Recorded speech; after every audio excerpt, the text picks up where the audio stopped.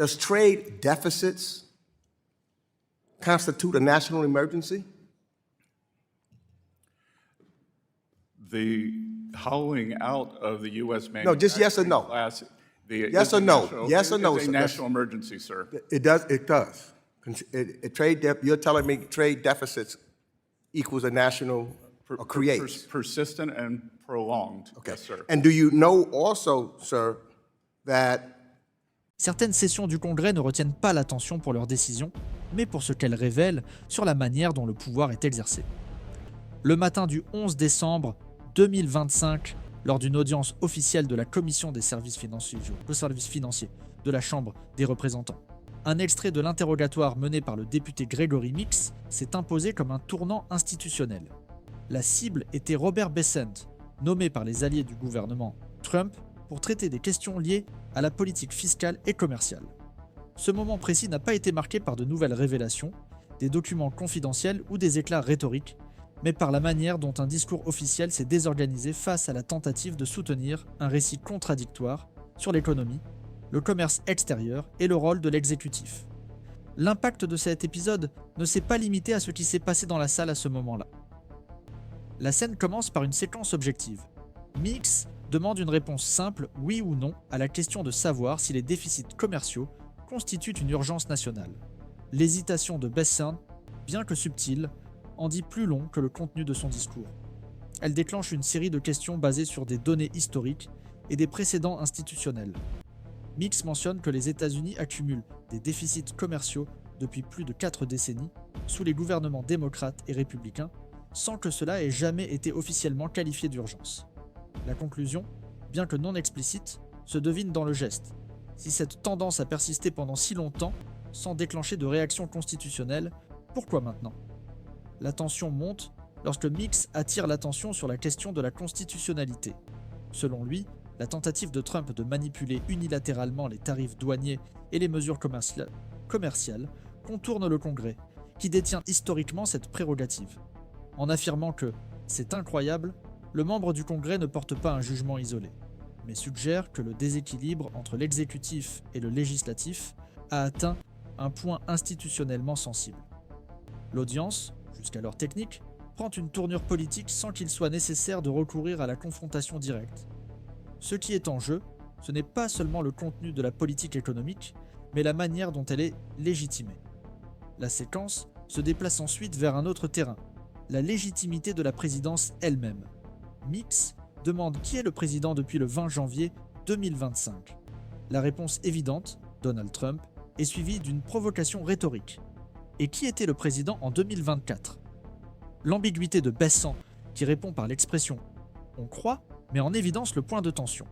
Il s'agit moins d'une erreur de communication que du reflet d'un environnement politique dans lequel même les faits chronologiques de base sont contournés par des doutes délibérément semés.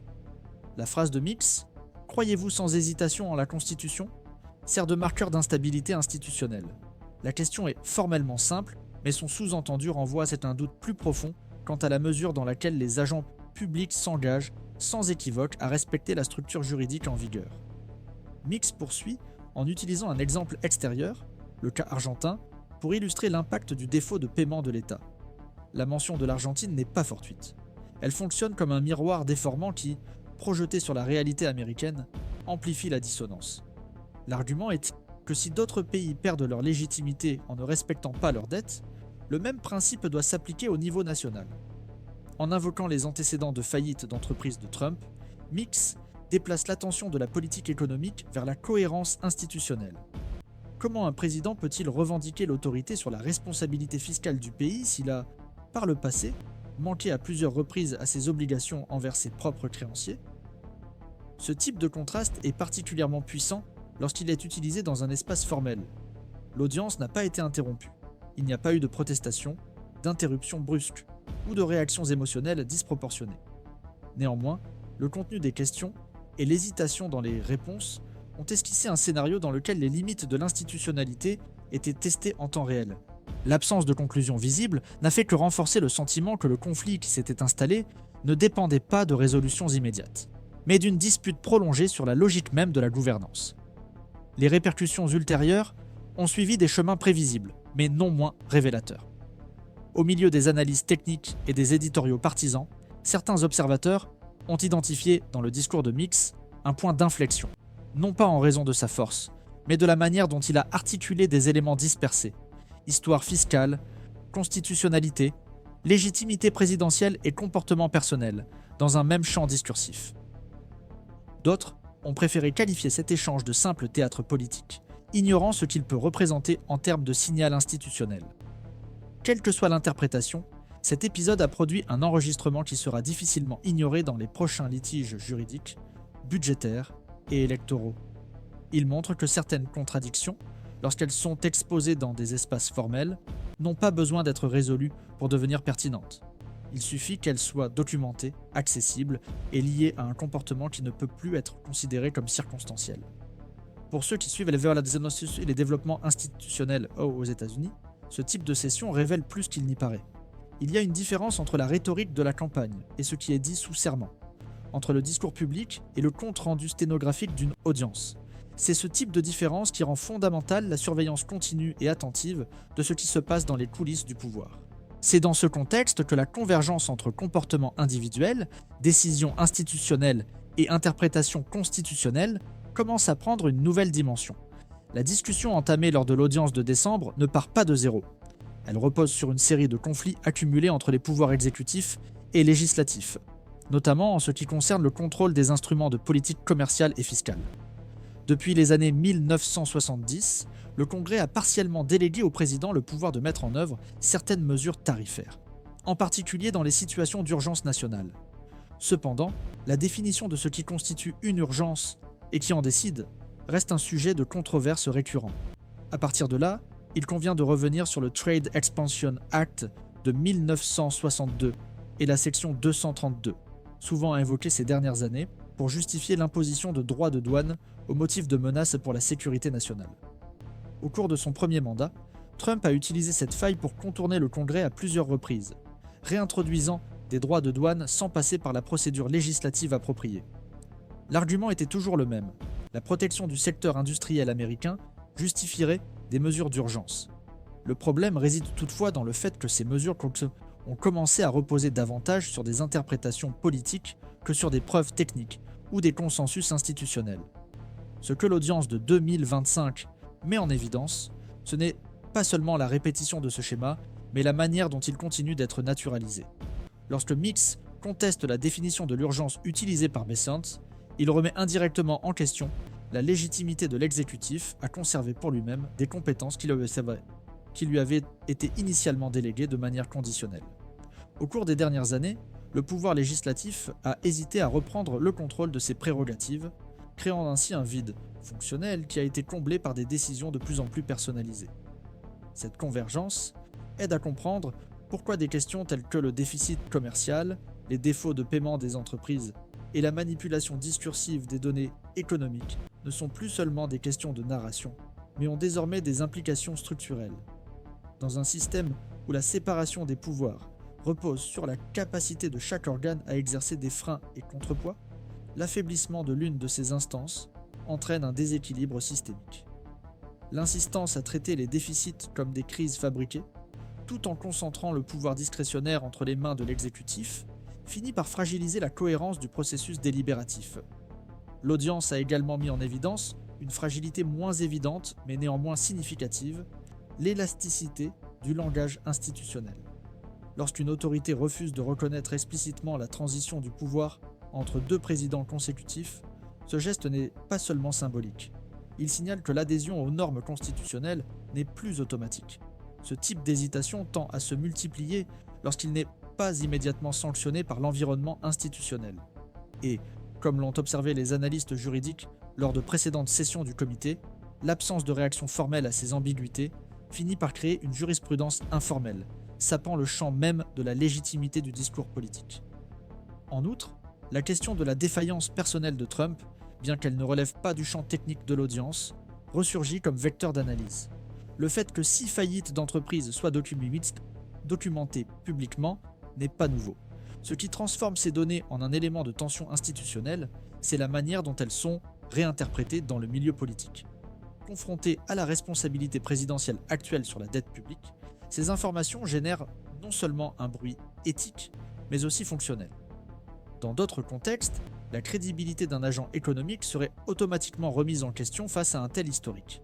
Cependant, la naturalisation de ces faillites et leur déconnexion du débat fiscal renforcent à quel point le système actuel fonctionne selon une logique dissociative, dans laquelle les antécédents publics semblent avoir peu de poids dans l'examen officiel.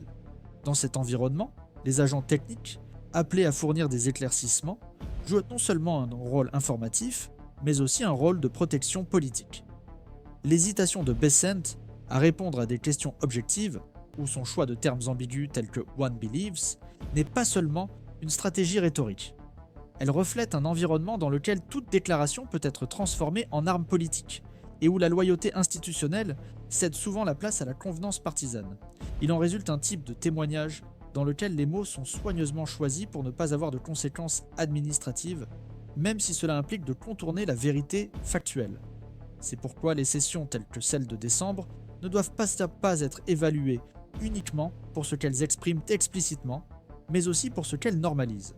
Le fait de présenter les déficits comme des urgences opportunes, la relativisation de la succession présidentielle et la tolérance institutionnelle à l'égard des déclarations imprécises indiquent aucune tendance qui va au-delà de la conjoncture immédiate. La manière dont ces pratiques se répètent sans mécanisme correctif efficace renforce l'idée que certaines frontières normatives sont devenues poreuses. C'est là que le rôle du Congrès redevient central. En permettant à l'exécutif d'utiliser largement les dispositifs juridiques, sans contestation formelle, le législatif contribue à l'érosion de l'architecture constitutionnelle elle-même. L'absence d'initiative claire pour inverser cette logique, tels que des projets de loi visant à rétablir des limites tarifaires ou des résolutions contestant publiquement les interprétations ambiguës de la Constitution, révèlent une fragilité institutionnelle qui ne peut être attribuée uniquement aux partis au pouvoir. Il s'agit d'un phénomène dans lequel l'inertie institutionnelle devient un choix tacite. Dans ce contexte, l'importance de suivre attentivement les développements ne réside pas seulement dans la compréhension des acteurs politiques du moment. Elle réside dans la reconnaissance des points où le système, en tant que structure, commence à fonctionner en dehors de sa conception initiale. C'est ce type de surveillance continue et contextualisée qui permet de cartographier non seulement les conflits apparents, mais aussi les déplacements subtils qui reconfigurent le fonctionnement des institutions de l'intérieur. Selon les archives analysées, la réaction à l'audience n'a pas suivi un schéma unique, ni parmi les parlementaires et les conseillers dans les couloirs du Congrès, ni parmi les experts spécialisés dans l'analyse économique. Une partie des observateurs a estimé que la ligne adoptée par Mix pendant l'interrogatoire avait été délibérément construite dans le but de mettre en évidence les incohérences entre les déclarations publiques et la documentation existante, replaçant au centre du débat les limites constitutionnelles de l'autorité présidentielle dans les domaines fiscal et commercial. D'autres analystes ont toutefois soutenu que l'effet le plus immédiat de cet épisode était moins lié au contenu des réponses qu'à la manière dont le système institutionnel absorbe la récurrence des ambiguïtés comme un élément quasi routinier. Certaines interprétations indiquant que cet épisode a mis en évidence un changement progressif dans les relations entre le pouvoir exécutif et le Congrès. Non seulement en raison du contenu des propos attribués à Bessent, mais aussi parce que ces hésitations ne sont plus considérées comme des exceptions.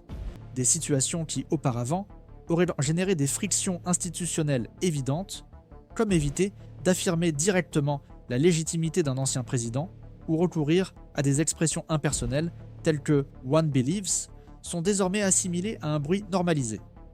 Pour ces analystes, l'absence de réponse formelle immédiate indique un affaiblissement progressif des mécanismes d'autocorrection normative qui garantissaient historiquement l'équilibre entre les trois pouvoirs.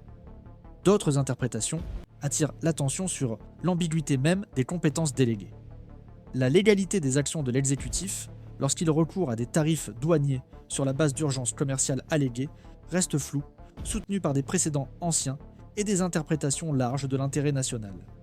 Les juristes, liés aux institutions universitaires, observent que tant que le Congrès ne redéfinira pas explicitement les critères de délégation et les instruments de révocation de ses pouvoirs tarifaires, le système continuera à fonctionner dans un espace d'incertitude juridique, dans lequel l'exécutif peut réinterpréter la législation sans nécessairement la transgresser. Cet aspect occupe une place centrale dans le débat contemporain, car il révèle un arrangement institutionnel tendu moins par des ruptures abruptes que par des continuités non résolues. Le cadre juridique en vigueur autorise l'extension de l'autorité présidentielle dans des contextes classés comme urgents, mais n'exige pas avec la même rigueur la preuve objective de l'urgence invoquée. L'écart entre ce que la loi autorise et ce que la pratique consolide est devenu un champ de dispute stratégique exploité de manière récurrente par des dirigeants de différentes orientations politiques. Selon les experts, la différence récente réside dans l'intensité et la fréquence avec lesquelles cet espace a été utilisé au cours des derniers cycles présidentiels.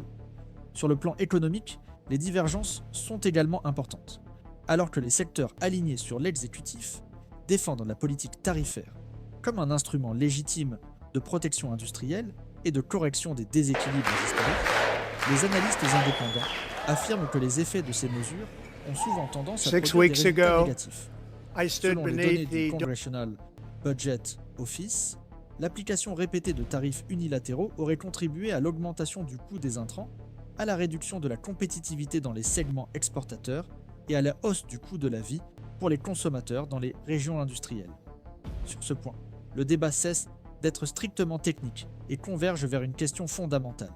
Qui doit définir ce qui constitue une situation d'urgence ? Le président, le Congrès ou un ensemble de critères externes vérifiables ? Dans une perspective plus large, les juristes et les constitutionnalistes restent divisés sur la nature du cycle politique en cours. Certains voient dans la réticence des agents publics à réaffirmer des principes élémentaires, tels que la validité des élections précédentes ou l'obligation d'honorer la dette nationale, des signes d'une corrosion institutionnelle progressive.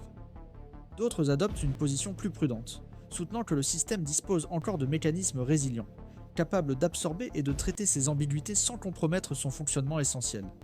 Pour ce courant, le point central n'est pas la rupture, mais le degré de flexibilité que les institutions sont prêtes à tolérer avant de réagir formellement. Le débat touche également la presse spécialisée. Des éditoriaux publiés après l'audience de décembre ont souligné que le comportement de Bessant n'était pas un cas isolé, mais s'inscrivait dans une tendance plus large d'ajustement du langage technique sous la pression politique. Dans la pratique, la manière dont les témoins publics s'expriment a subi une transformation significative.